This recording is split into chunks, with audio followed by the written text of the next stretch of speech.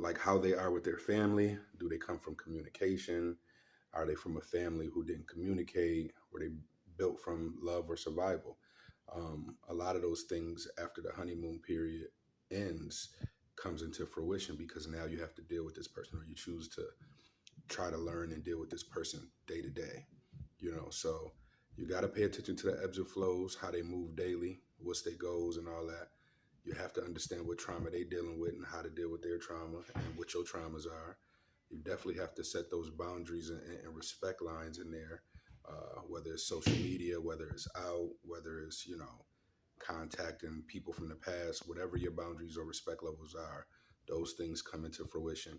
And then just the overall discovery, putting all those things together and really making a determination, a smart one that's not based on anything physical or the need for attachment. A lot of us have the need for attachment. So even if we see these things happening, we won't address them usually until it's too late, or until it's right in our face, or until we're too invested where we feel like we can make an impact to alter those things.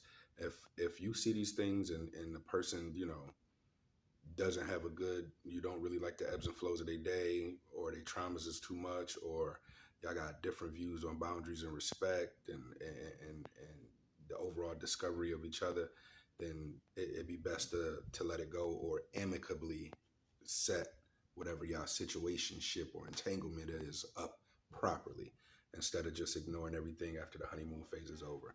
It's just something that I always notice. It's something that I've been through. It's something that I've talked to people on Instagram. Shout out my girl, Miss Sharice, on Instagram and Facebook about, as well as just, some of my fellas and my boys, like not realizing things to after the fact because you're too caught in the honeymoon phase.